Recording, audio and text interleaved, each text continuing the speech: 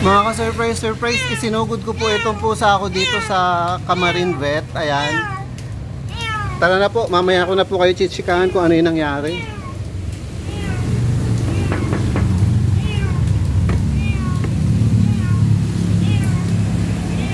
Ipupush po natin ito mga ka-surprise. Push.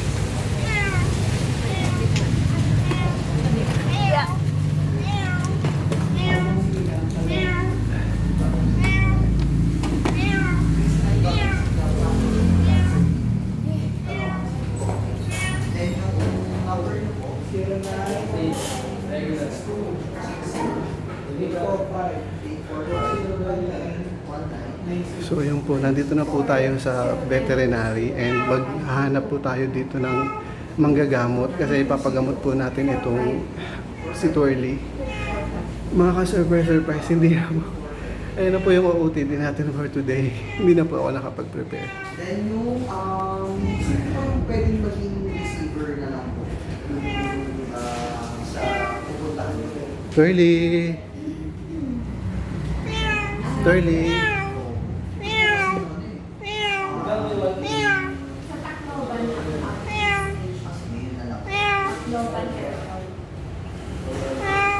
Ang mismong sa, ano po yung mismong pupuntahan nyo? Ang place sa summer, pero ang plano kasi arrival namin doon. Malapit na Twirly!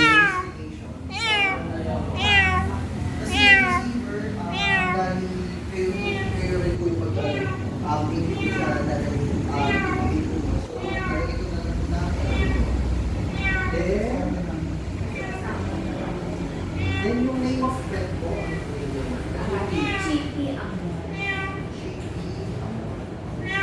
CHIPPY. Then, ano po yung breed niya? Tapos ano po yung color niya, ma'am? White and brown. White and brown.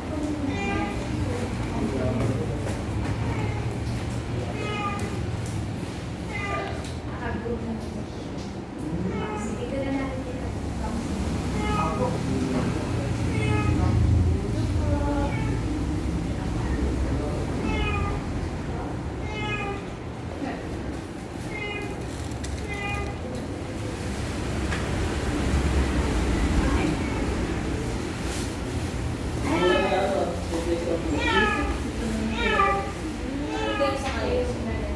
Hello, good afternoon. May meron ako 1 PM appointment sana. Siya si Twirly. Kailan po siya? yung dental.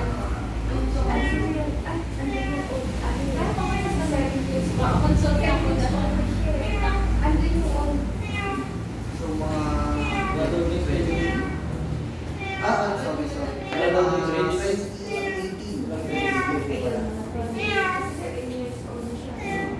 2018. Mga ano po yung may estimated month and day?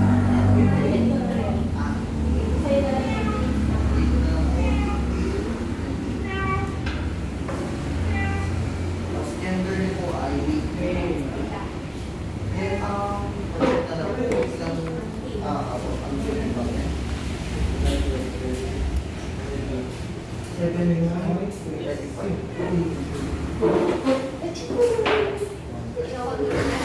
So meron pong suspected gingivitis si Twirly mga ka-surprise. And ayun po, mabuti po wala naman pong masyadong pasyente ngayon dito sa clinic. So ayun po, hindi ko na po magtawag dito. Mag-OOTD mga ka-surprise. Pero meron po tayong pa-question and answer portion mamaya. So abangan nyo po yun. So, ang gagawin ko na lang po, Tacloban Airport to Samar.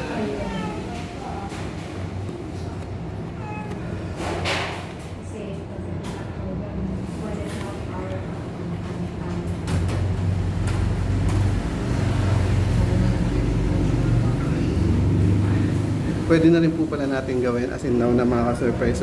Since wala naman po tayong ginagawa, mag-question and answer na po muna tayo.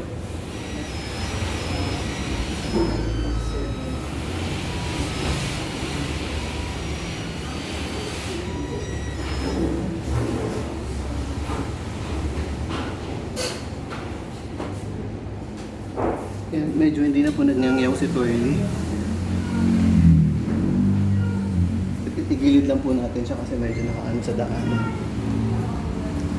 Twirly!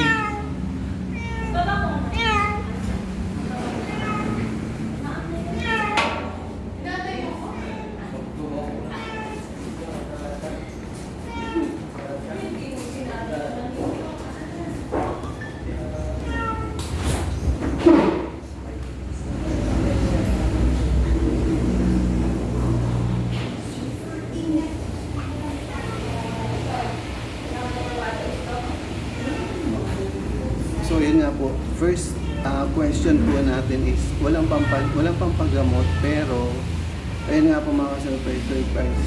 Pwede naman po tayong mag-alternative sana. Pero sa case po kasi ni Twirly, ano po talaga siya mga surprise. On and off po yung paglalaway niya, ganun. Pero, what do you call this? Parang 2 weeks na po nagtuloy-tuloy ganun. So talagang dun po sa mouth. So ipapacheck up po natin yun. So ayun, nag-research po tayo tungkol dun sa mga symptoms, mga surprise. And yun nga po yung suspected natin. And sana yun lang or sana wala. So ano yung gingivitis, mga surprise? Sa sarili ko pong research yun po yung pamamaga ng gums. So yun po yun. And yung pwede po bang pang-alternative na treatment, yung herbal, gano'n sa gingivitis. Yes, mga surprise. Disclaimer po, hindi po ako doktor, mga surprise. Hindi po ako nagdo-doktor-doktoran. Pero herbal po, ayan, bigay po ng Diyos sa atin yan, gamitin po natin yan. And pwede pa ang alternative treatment or herbal. Ayun na nga po, pwede po ang herbal, mga surprise sa gingivitis. Pero again, disclaimer, mga surprise. Huwag niyo po akong sisihin pag na-disaster po yung mga pusa. Yung mga pet, yung mga surprise. Ako sarili ko lang pong experience ito, mga surprise. Ito. Kung wala po tayong pampagamot, ano ang gagawin? So yun, mga surprise. Kung wala tayong pampagamot, huwag po tayong magdoktor-doktoran, mga surprise. Nasa Bible po na principle na ang may sakit ay dinadala sa manggagamot. So hindi lang po tao yan, pati po yung alaga po nating hayop yan, mga surprise. Yung mga yung kulang ko. Ito po yung susunod na question. Kulang lang kasi kung Gusto po ng Diyos na pamahalaan natin ang mga hayop. Kaya yun po, gusto po ng Diyos na pamahalaan natin yung mga hayop. Kaya ayan, may instinct po yung mga hayop pag may sakit po sila. Minsan kumakain po sila ng mga damo and everything. Pero po pag hindi na po nila kaya and wala pong mga ganun around, yung mga damo around, ganun. Ayun, mga ka-surprise, ganyan. Dali na po natin sa manggagamot.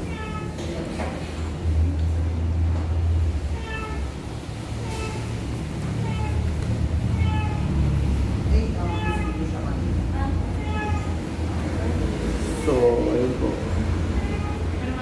Pwede nga ba pabayaan na lang ang ating mga alagang hayop? So, mga ka-surprise, kamusta naman po yun? Hindi po, kasi po kung susunod po tayo sa principles ng Bible, mga simulain po, hindi po tayo pwedeng pabayaan na lang, and then bayaan mo na siya, gagaling din yan, gano'n. Kung alaga po natin yan. Siguro kung hindi po natin alaga, wala po tayong time.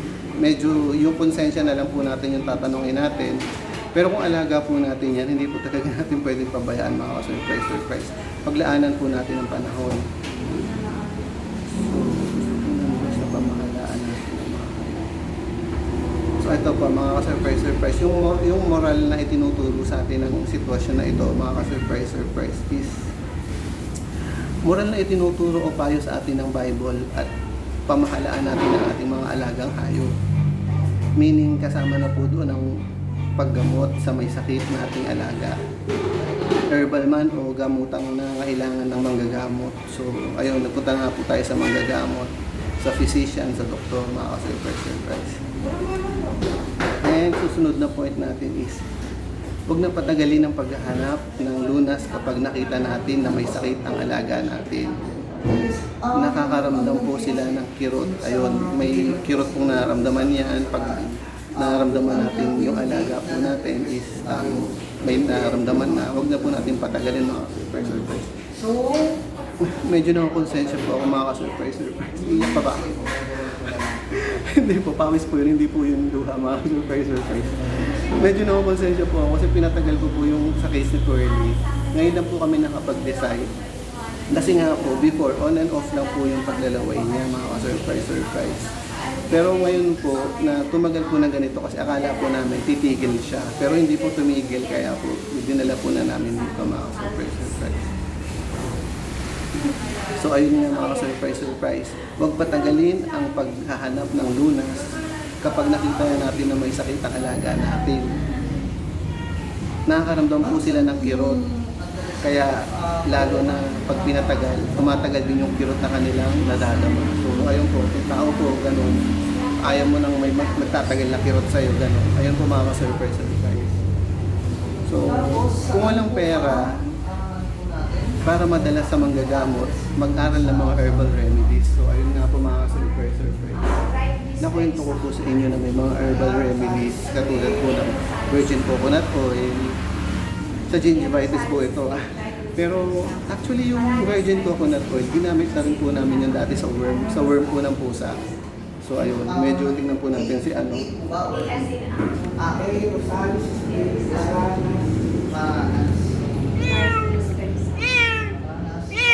Toilet.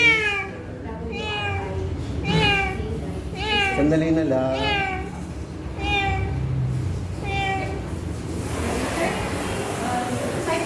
Okay. Tapos, hanapin namin yung night mark. Okay, thank you.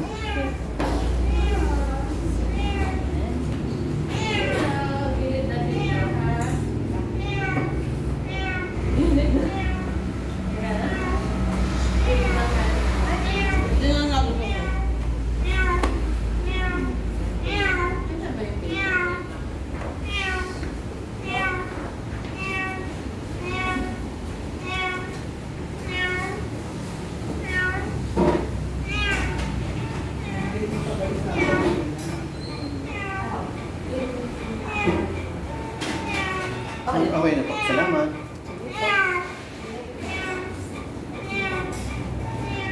Ay, okay na to. Ay, Doki.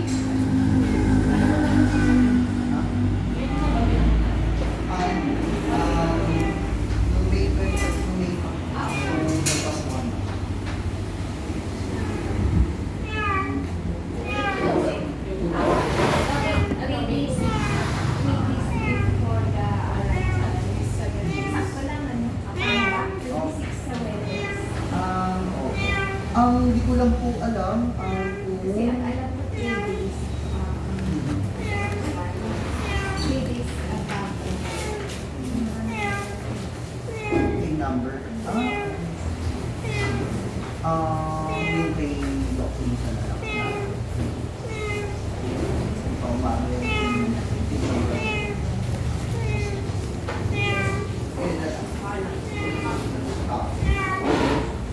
Yun ang alam ko ata na natin sila. Isa lang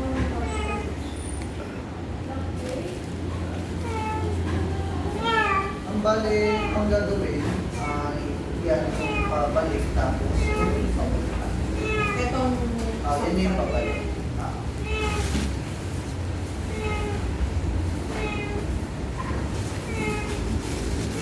So, isang copy pa na yun. Dalawa. Dalawang copy. Ito na po yung pabalik na pabalik. Pabalik pa lang.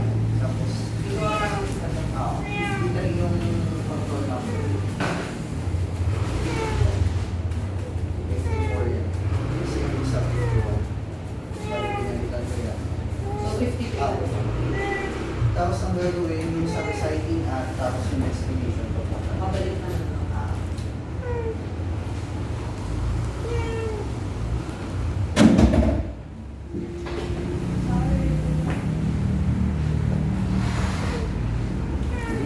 So Continue po tayo dito sa question and answer natin. Sabihin sa mga manggagamot ang suspecha natin. So, kung ano pa yung pinagsususpechahan natin, sabihin na natin sa kanila pag tinanong po tayo, ganun. Sabihin sa mga manggagamot ang suspecha na sakit ng pet natin para makatipid sa oras ng paghahanap ng sakit mo. What do you call this? Ng patient natin. Yung mga pag-laboratory and everything. So sabihin na po natin diretsahan, gano'n. So yun po, naghihintay na lang po tayo na i-attend po tayo mga ka-surprise. Pasensya na po again sa naging itsura ko. Kung alam nila po yung pinagdaanan ko. Tumawid pa po ako ng ilog, tumawid pa po tayo ng dagat, tumawid pa po tayo ng bundok, lahat ng mga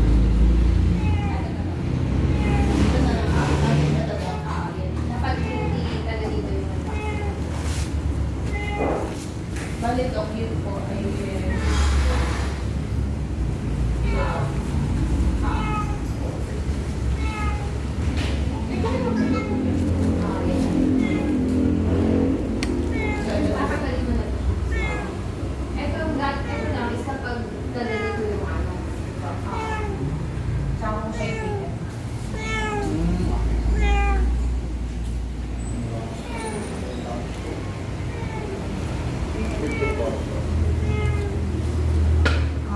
Yun po ma'am, ma-iwanan ko na po lang kayo.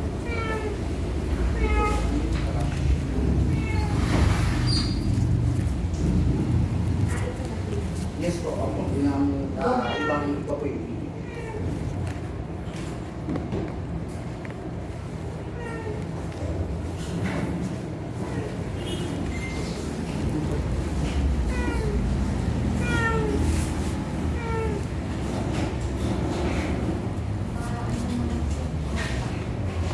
ay twirly po.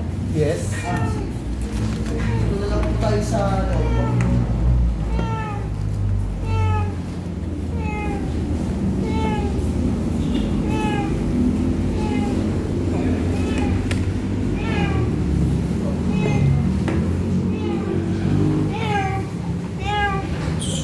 Twirly.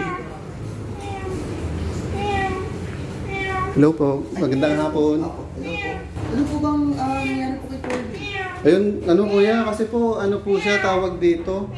Before, mga a year ago, ganun, on and off naman yung salivating niya. Pero we know na it is something, okay lang po ba? Basta kahit din na lang po ako kasama. Okay, ito yun po.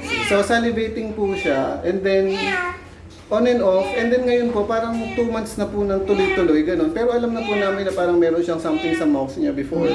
So, ayun po, ano na namin na kasi nga po baka kumakain naman po siya, pero yun nga, pero parang hindi na siya naglilinis.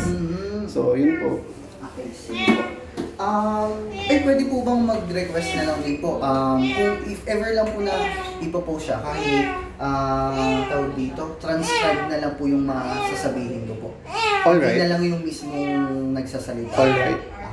Sige po, ilabas ko lang po siya. Pero kuya, yung pagdating po dun sa ano natin, yung, kasi hindi po ako yung, di ba yung pag na-check up niyo na siya, and then sasabihin niyo na po yung result. Kasi hindi ko po may explain dun sa may-ari, so pwedeng hindi ko na itatranscribe siya na lang yung mag-ano. Okay. Okay lang naman po yun. Ngayon, ano pong, ilang taon na po siya? 4 years old.